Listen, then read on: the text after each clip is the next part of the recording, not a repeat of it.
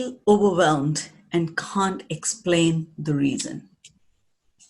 Are you suffering from an invisible health condition? Do you try to be there for everyone, but find it really hard to ask for support or help for yourself?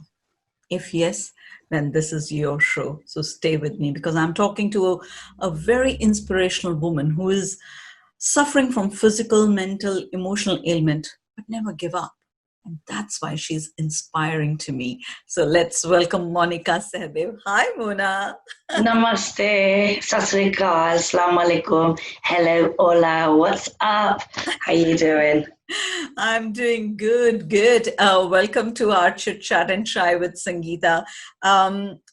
Amazing to have you. I know we've been talking about it to start this show, to be on that show, to share with people your journey and what's going on. And I know there's so much to talk to, and we will talk, of course, in lots of different episodes. But tell our viewers a little bit about yourself.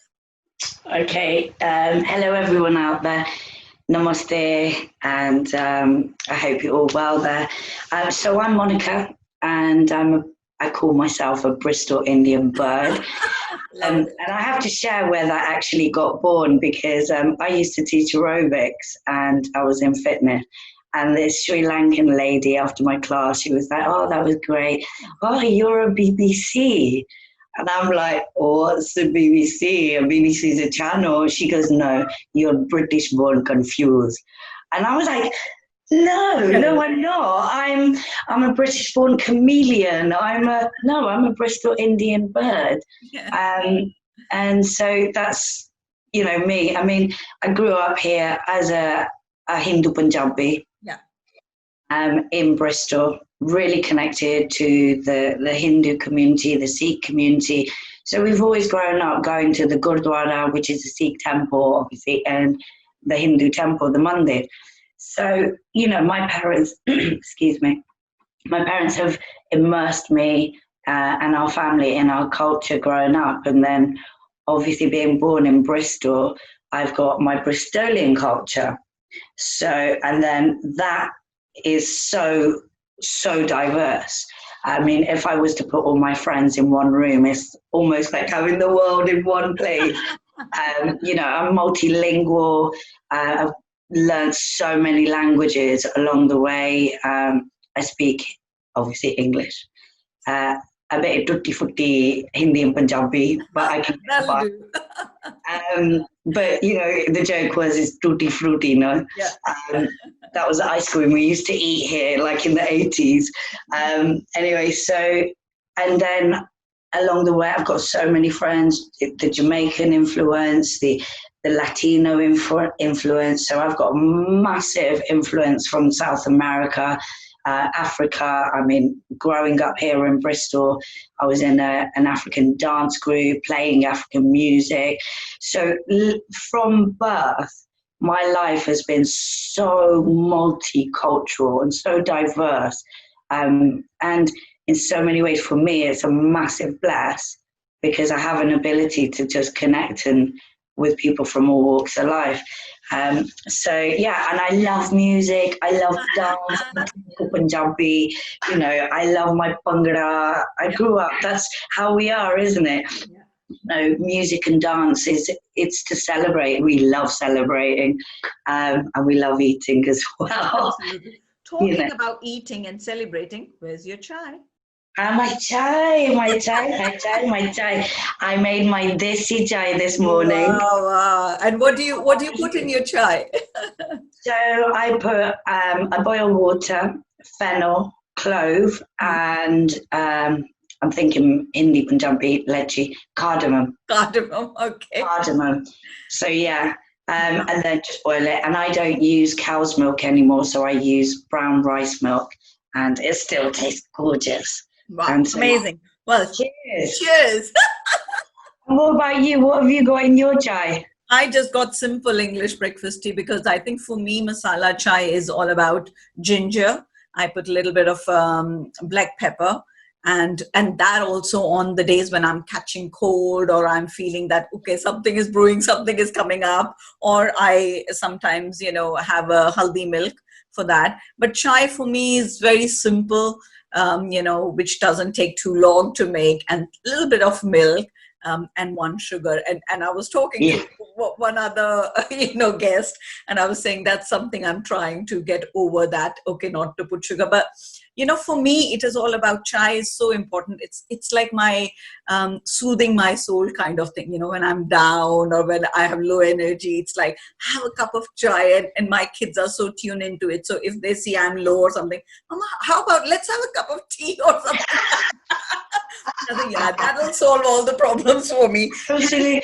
There's no life without chai. Yeah. I mean, I have to be honest, I don't make a lot of masala chai, Yeah. but I make it mostly with my family. Yeah. When my dad's around, he always likes to have cardamom in his tea. And then on the occasions, I make it for my friends who are not Indian, just to, keep them connected to that Indian side and the authentic.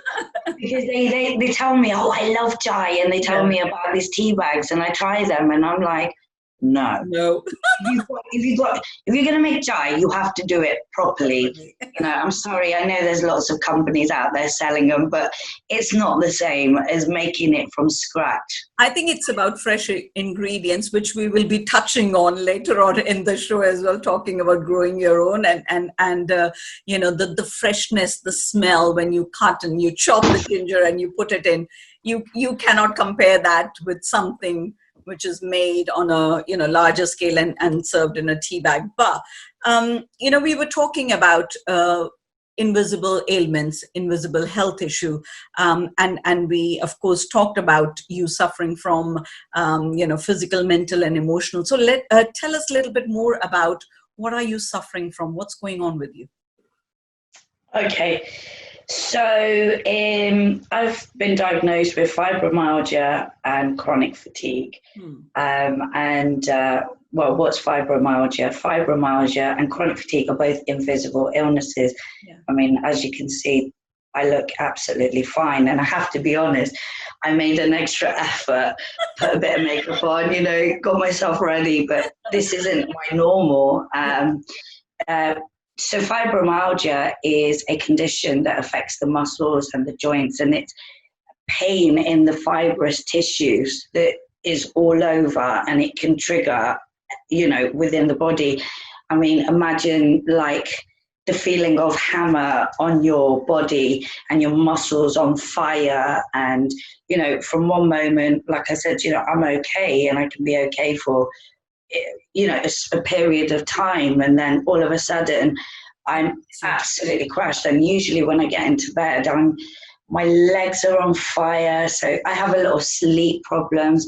Since having fibromyalgia, it's made my IBS worse, my depression. I've been struggling with a lot of mental and emotional breakdowns, and that's really because I can't do the things that I used to do. And again, it fires off other issues in me. So, I've become a real klutz. So, some ways I wish there was like this camera on me all the time, because although I'm saying it in a funny way, it's painful. So my ankles give way, they're either swollen, pain. I mean, this all started in 2010 with the physical injuries. So up until then, I've never had a physical injury that stopped me from being active and moving, and until I got fibromyalgia. And then and fibromyalgia affects your mood, your stomach, your whole system. And with the chronic fatigue, that kicked in some years later. So it's this fight between doing stuff and then the aftermath. So you'll see me, and whatever activity I'll do, it has a price. So I struggle with what's called bust and boom. It's doing activities, and then there's this aftermath, and I'm absolutely wiped out. I would never, I'll be honest, I never ever in my life would have thought I would have got it, because I've met along the way people before falling ill who had it. A friend of mine, a very, very good friend of mine, she had it for 7 years. I used to be a volunteer in the Yes group. And I remember sitting there, and this young man, he was late 20s, he was talking about ME and chronic fatigue and how he was bedridden for 7 years. And I remember sitting there just having no kind of connection or feeling or, because I just didn't understand it. And it's really hard to understand because we're so used to looking at someone as they are and making an instant judgment. But what goes on in our body, I mean, if I lost a leg or really, I know this is harsh, but, someone with cancer, it's like an instant empathy. And so there should be, because obviously I don't understand cancer, but I know it's really dangerous. And, fibromyalgia and chronic fatigue has been debilitating because it affects my immune system. So it's like this feeling of constantly having a flu, from how I could be feeling good for a week and I just get on with life's things, cooking, cleaning, food shopping, gardening, seeing family. I mean, obviously during the lockdown, we haven't been connecting with other people and, staying connected to my friends, which is, a massive circle. It's really hard. So I've been in isolation since 2011. And later, because it's affected my immune system, 2013, I nearly died with chickenpox that went internal into my lungs and liver. So I was in intensive care for a week and 4 weeks total in hospital. So, and then it's affected me in so many ways. And later, a few years later, I've had like ulcers on my legs, the kind of things. It's like I hit old age at a young age, and just doing the normal things, like the things I love, dancing. Yeah. Even putting weight on my feet, even though like now I dance, it's just, I cannot express fully as I used to. And me, I mean, we've known each other long enough, haven't we? And music and dance is just life, isn't it? It's been a part of my soul and something that just naturally just comes out of me, but it doesn't as much as it used to. So I do miss that part. But yeah, it's very debilitating because it's never knowing how to manage my energy and my, So one more thing I'd just like to say is like, when I tell people I'm absolutely wiped out and exhausted, and so many people say, oh yeah, I feel that too. Oh, and it's like, actually, until you go through it, and I want you to imagine right in front of you, you've got the heaviest bowling ball, right? And you're holding it, right? And then you just let it go. And, with the force and gravity of it dropping and how quickly, that is how quickly my energy can go. So when that happens, I'm really shaky. I'm accident prone. I have a vomiting condition, which is debilitating. And so, it affects my brain function and just normal things. And then that's when I'll have my mental and emotional breakdowns because I feel frustrated. I'm getting really emotional now and I don't want to because I've got makeup on. That's okay. My makeup. But yeah, so and I think this needs to be talked about because there's so many people on this planet falling ill with invisible illnesses. And there's a lot of factors we need to look at.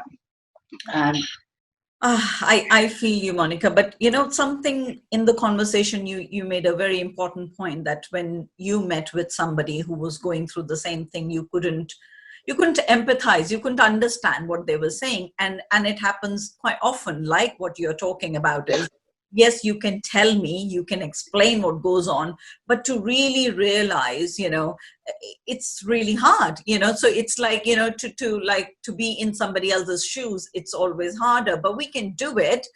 We can learn about it. And that's what, I am saying, that let's talk about these things, because that's one aspect of our culture that comes in, like Indian culture, especially, and I'm sure it's in many cultures, but we can understand, we can talk from our perspective, is that no matter what our condition is, if our child is suffering or if our family member is suffering, there is this need to hide away.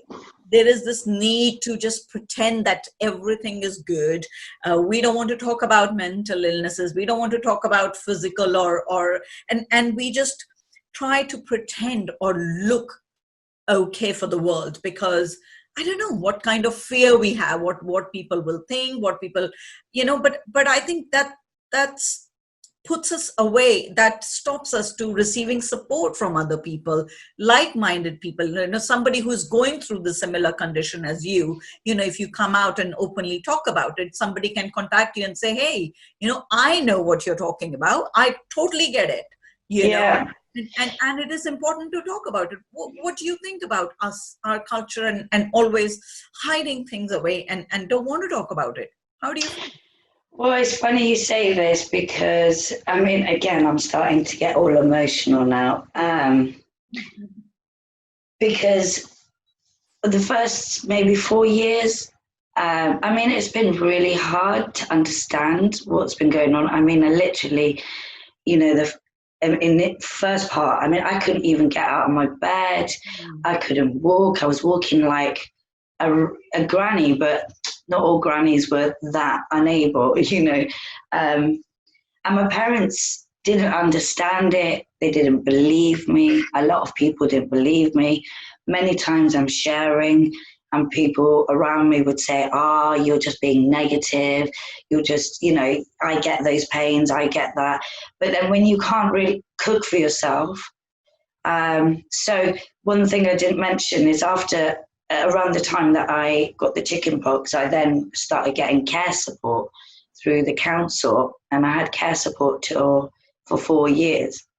And it was, it was until that point that my family started believing, well, something's not right here. And, when my system isn't right, I now have to go, right, actually, I need to stay safe in my home, not go out, not drive, not be around people. I need to be in my bed, which has been the place I've spent the most time, or in my flat, just being very slow and very, and building my energy up to be able to get back out there. I think it's really hard because, it's like, you just be negative, just think about what you want to do, put your energy to it, stop being so negative. Everyone has problems. It's kind of dumbed down, and like I said, if I said I'd hurt myself really, really badly, broken a leg or something, there's a visual. There's a visual to then go, this person needs support. And so actually the support I've got throughout this time has been, through this government. I've been on benefits since then, and I've been trying to get back. So I've had over these years like periods where my energy starts lifting up. I'm just, focusing on my well-being. I tend to I've had support with you, support with others, other coaches, people who have helped me out at a very low cost. So I'm constantly counting my pennies, constantly budgeting, although I'm supported, and in one sense, I should be grateful. I've got a roof over my head, I've got food, I've got the basics. Yeah. But actually it's very limiting because there's not much support for fibromyalgia sufferers and chronic fatigue sufferers, in terms of a really good rehabilitation program to really help them. Physio's off, I have sleeping problems. So that really messes my system up, because it could be pain. I have breathing problems. So last year I was going through sleep studies to get to the end of it to find out the operation I need is no longer on NHS. So I've constantly felt like during this process I keep coming to all these barriers and I'm very stuck. And, to having energy and strength to not having it. So during the time when I had the carers, I couldn't even peel an orange. My hands would shake so much, even holding a 1 liter jug, So it depends on the day. Some days I have more energy and strength than others, but it's been a very slow build up. And in terms of support, I've had a lot of support from my ex-boyfriend. He had really helped me out, inspiring me with detoxing, juicing, fasting, and his family. Oh my God, I'm getting all choked up.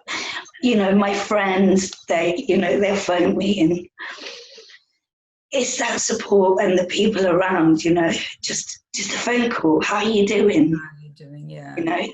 Oh God, I'm ruining my makeup. Really emotional being, and I'm very, when I speak from my heart. And of course, and that's why I wanted to talk to you, because there's so many people who are suffering and who feel that they can't ask for support, and I know you as a person, Mona, and that's why one of my question was that people who suffer, who have gone through a lot of pain and a lot of challenges, they try to be there for people, and I know you have been there for people a lot. You have been supporting other people, and sometimes when I do that over life, because that's who you are as a human being, that you cannot see anybody else in pain, you will be there, or physically or emotionally or whatever. But sometimes when we want emotional support, we feel those people are not there, or those people don't understand me, or us, and that really breaks our heart. So it is about reaching out to maybe other people who can, maybe, of course, they haven't gone through the same pain, like we're connected. Of course, I haven't gone through what you're going through, but I have gone through emotional turmoil. I have gone through a lot of that trouble, a lot of pain. So I know how pain feels. It could be physical, it could be emotional, but it's about connecting. As an empath, I can really tune into your energy and saying, wow, there's a lot of pain, let's do something about it. But again, if you're always taught to suppress that, if you're always, like you were saying, dumbed down, it's like, everybody has problem, everybody has issue. That's fine. That is the true statement, everybody has. But that doesn't mean you just shove that off and don't support people and say, hey, how can I support you? What do you need from me? And I remember just asking that question. People think, wow, somebody actually cares about me. Somebody actually loves me. And tell me about it honestly. Whenever somebody has reached out to you with even that sentence or with that intention, how did it make you feel in that moment? What do you mean when they've reached out to me? I would say that, just say 100%. you have I'm going to be really, really honest with you. I mean, last year was probably the hardest year of all. It's just been a build up. So to be at this place, connecting with you, and last year was a year of suicide. Just kept in my mind. I just kept, and the thing is, the crazy thing is at the start of the year, one of my oldest mates attempted suicide, and it was the most scariest, uncomfortable feeling that I can't help my friend. And feeling so helpless. And to be honest, I have so many beautiful people in my life that love me and that I love. And that has made me go, oh my God, I cannot do that. Because the pain and anguish I felt for my friend, I thought, I can't do this to all of these people. And when these people reach out to me, and I have such amazing souls, and I'm not an easy person, I'm when I'm in my low period, I'm very emotional. My mind, my thought processing is very limited. So, but it's not always like that. So when I get the support and love, that's the thing, isn't it? Love and understanding and compassion. Yeah. It's the most important thing of our life. And I'm so understanding and caring to others. And I'm really good at doing it to others. And then I needed to bring that upon myself, to be patient with myself, to understand what my needs are. I'm really not perfect. I make so many mistakes. I have made so many mistakes. And then every day, you know, I have the support of friends and family, you know, especially during this lockdown. I've connected with my family, like people I haven't, you know, because people in my family have had time. And what a bless, because I felt so distant from my family.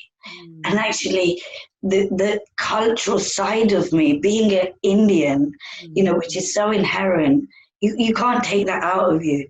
You know, the connections to who we are and how we've been brought up, and, you know, the traditions, or, you know, and being a Punjabi, we're so gregarious, we're so full of life, we love people, you know, I've been so fortunate to grow up in Bristol with such an amazing community of Indians and Pakistanis, you know, and you know, Punjabis, and, you know, we're a very different nature. So when I say I'm Indian, I mean, it's like, to be honest, but an Indian from the south is so different to the Indian from Punjab. And, you know, I have a very, very inherent Punjabi nature.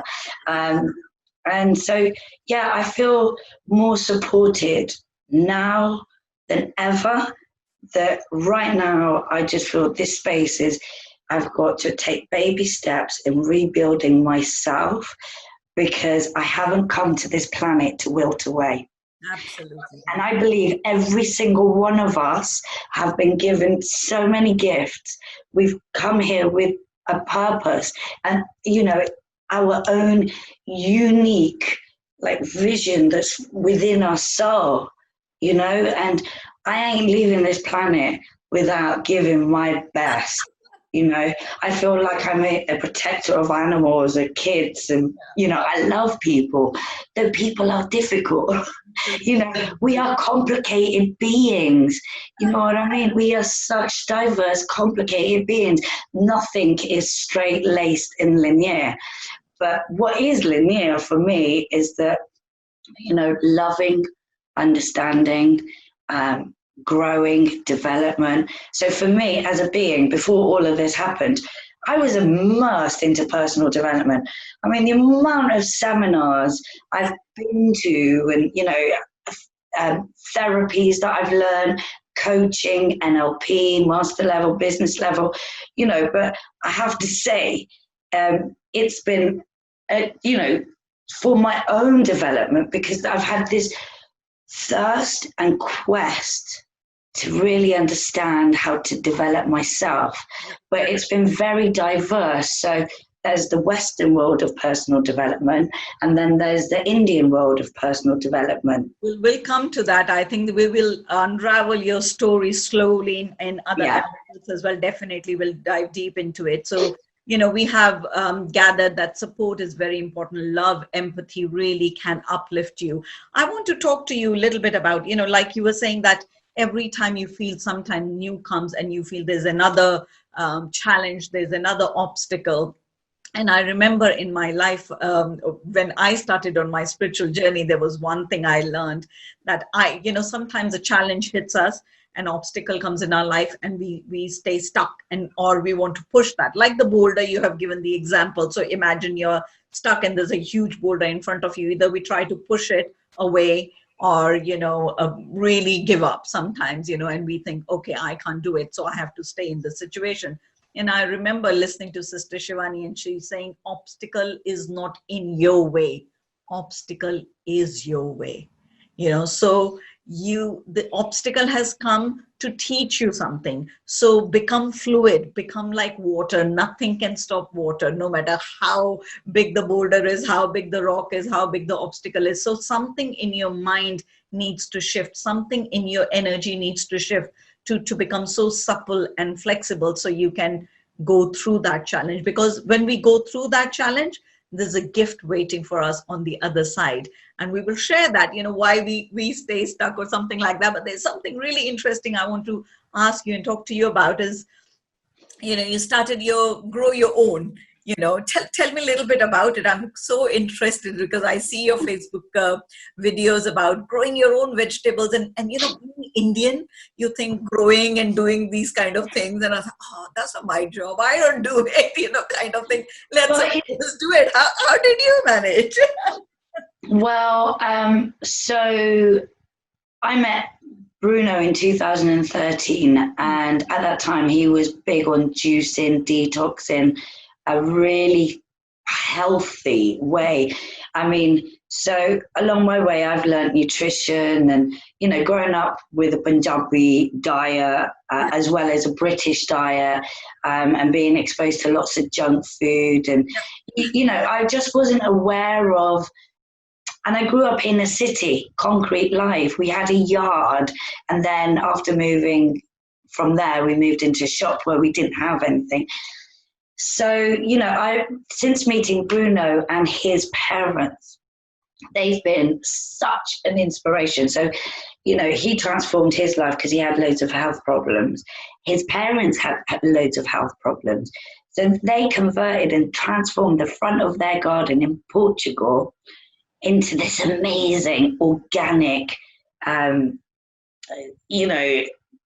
allotment, whatever farm, it's not a farm as such, but oh my God, they've got chickens that are the most loved chickens. They have the most organic food. So I think it all started there, learning about a connection to food. So I thought, you know what? About 5 years ago, I just wanted to try it because I was big on juicing and raw fooding. And Sure. So I started that. And that was my first time, but it was really, really, really hard work. But I did have a lot of support with friends, and even my carers helped out. And, so I had support. And then this time round, and then, between that, I had a break because it is really hard work. But it's been something I wanted to do, and I wanted raised beds, and I wanted to grow my own. And then, I was pretty unwell before the lockdown. And then I was saying to Bruno, I really want to do this. So he just got on it.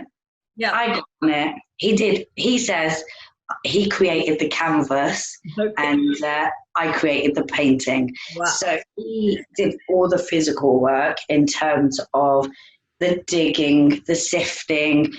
Oh my God, it was crazy. I ordered a ton of compost. Okay, wow, that's a lot. Honest to God, I said I was so scared, because of lockdown. I thought, oh my God, what if we don't have any food? I was just right. So that became my motivation. Yeah. And so what we were doing, he was doing all the bulk heavy work, and his daughter Emma as well, helping out a bit. But he did most of it. And then I put the plants in mostly. I organized it in the way that, but then it's there's so much to learn because, actually growing your own, you need to prepare. You need to prepare. You need the right soil. Also learning about no-dig gardening, learning about hugelculture, and, learning about using chicken poo and horse manure. And I mean, what I've grown in this space has actually been incredible. And there's such a connection to planting one tiny little seed. Yeah. Watching it grow into a seedling. Oh. And then allowing and patiently waiting for it to grow. So that's a big thing that it's taught me is patience. And I feel like a bit of a plant mother, I'm like, they're my babies. So yeah, that's how it all started. And we've been really resourceful because during the lockdown, it was so hard to get a lot of things. Yeah, absolutely. So he got loads of pallets, made them, dismantled them and made them into beds. And, we've just found things along the way, just bamboo sticks. My neighbour was really helpful. He told me a place where I can get thick bamboo sticks for free, and we just went into this coombe dingle and we cut a few of these thick bamboo sticks, and it's just actually, and I'd be working like a week on, a week off, week on, week off. I did that for about 2 months, and then I was out for 6 weeks. Yeah. I was just doing bare minimum. And my chronic fatigue consultant was like, Monika, please Slow down. slow down. I only want you to do 10 minutes a day to stop this bust and boom and really pace yourself. And I'm like, it's so hard, because when I get energy, you know, I just want to be who my natural way of being is, and I put music on. You know, when I'm energized, I've danced around my plants and I talk to them, and you know, so, and it's been really, I think this is so important, because there's such a disconnect to how we eat, our food. You know, I remember watching a Jamie Oliver's video years ago, and he was in America and he had a load of vegetables, and he was asking the class, what are these vegetables? They didn't eat, some of them didn't even know where their chips came from. They didn't know what cabbage was. They didn't know what onion was. I remember watching that episode and we were so shocked and think, but the thing is, it's like if nobody has talked to you, if we just simply serve food or go out and buy it, or we don't even ask questions, how are kids supposed to know? And that's something we need to educate people. And I think in next episode, I will talk to you more about the vegetables and things, and maybe we'll see some as well. We'll dive a little deeper into it. But I want to say thank you for being on this show, and I have got a fun segment, so we'll have some fun as well. But you know what, you're doing so great, and that's why I wanted to bring your story. That saying, you know what, not every day is same. Some days are really down for you, and some days you're just in your bed and you cry and you want help and support, and some days you're really well. But it is very hard for people to understand. So we'll keep touching those stories, those coming line, and how we can reach out to people, how people can reach out to you. If they're going through similar kind of thing, how, we will leave your details as well, your email address or your, grow your vegetable, grow your own or whatever link in there, so people can connect with you and say, hey, actually, I connected with your story, Mona. I feel the same as well. Yeah.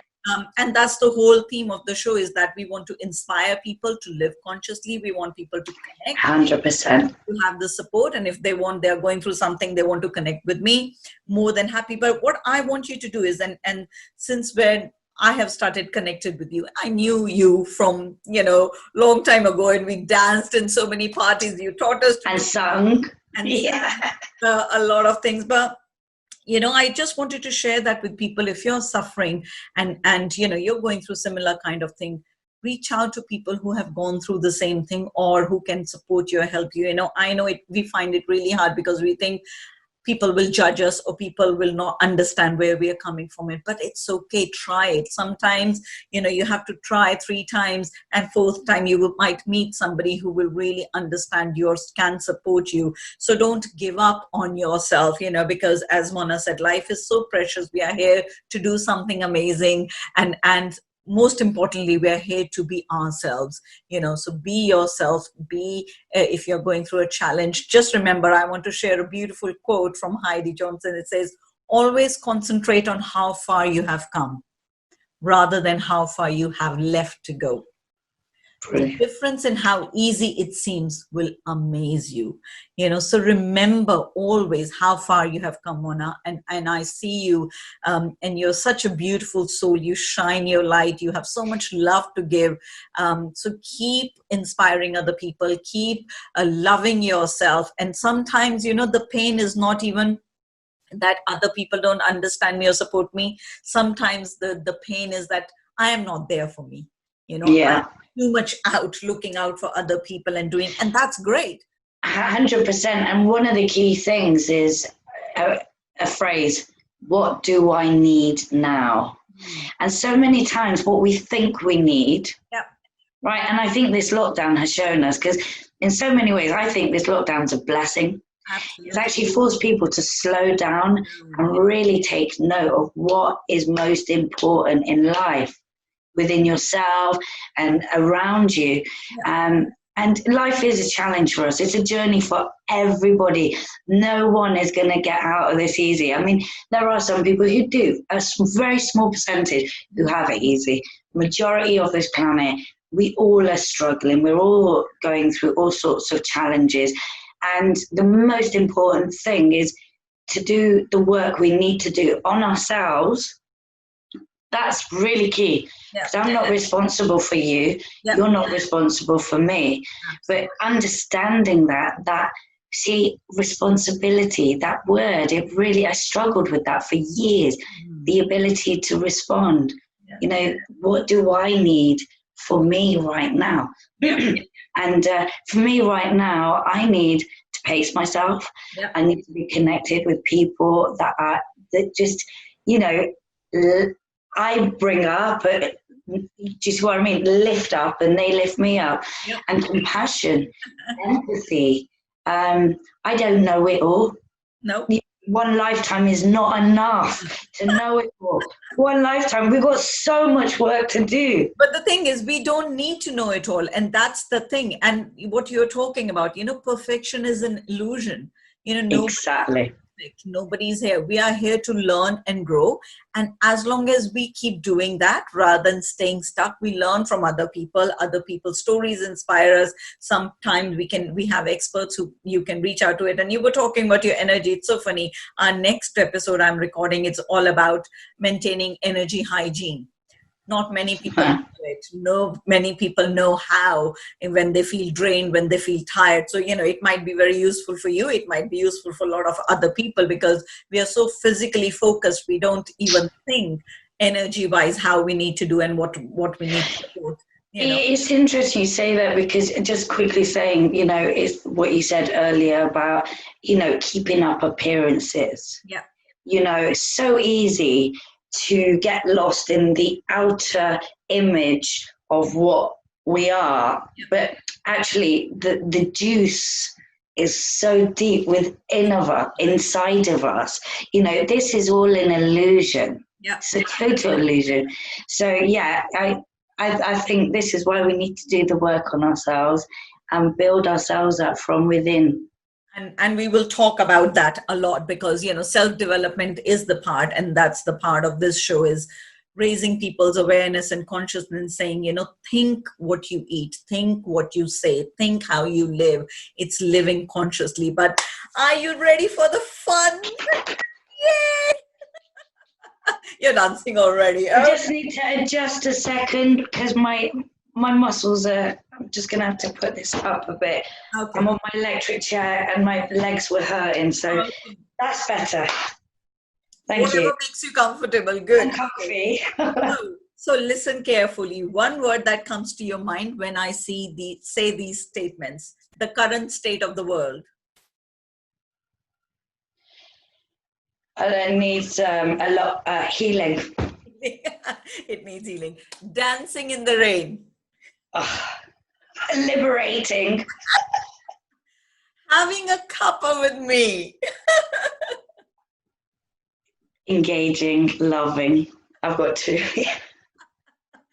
Thank you. Okay, now, second question is, which is your favorite dish and why? Well, it depends. So my Punjabi favorite dish is saag and makki di roti. Hey. Hoi, hoi, hoi, hoi. Honestly, I mean, that's my favorite Punjabi dish. Yeah. My favorite British dish, I have to admit, is either a roast dinner, chicken roast, or a chicken pie. I don't know what it is, but I just love a chicken pie with loads of veg. Good. Okay. One song that gets you going every single time. Oh man, that's so hard. There's so many. Whatever comes to your mind now. The first one that came in is, it's actually a house tune. Okay. But the thing is in that second you asked me, I was like, Indian, English, or, you know. Indian chalega. Well, can I give three? Right. Oh, Lord. So if it's a Punjabi song, it will be, God, there's so many that came to my mind. Bolliyan. And Gera de de ni mutiare lambi ba kareke. Yeah, okay. I know I can't sing very well, but hey ho. And then English house music. It's Barbara Tucker, I Get Lifted. Spanish, Latin, well, it's not Spanish, but it's Spanish spoken. Mark Anthony, Vivir Mi Vida. Wow. It's such an amazing song. And there's so many more, honestly. Well, we'll catch up on all those songs, definitely. But thank you so much for being Chit-Chat and Shy with me, Monika. And we'll carry on this journey, and lots more people I'm sure you're going to inspire. Your story is going to inspire. And guys, if you're suffering in silence, if you're going through a invisible health condition, make sure you reach out to people. Make sure you find help, because you know what? We all need help. We all need support and love. And if you want to reach out to me or Mona, we will be leaving our details in that show as well. So, but remember, you know, life can sometimes get down, but never forget to smile. You know, smiling lifts your vibration, because remember, life is all about learning, integrating, flowing, and expanding. And that's what we are doing. We are expanding all the time. So whatever you do, take care of yourselves. Till next time, from me and Monika. Take care. Bye-bye. Excellent. Bye-bye.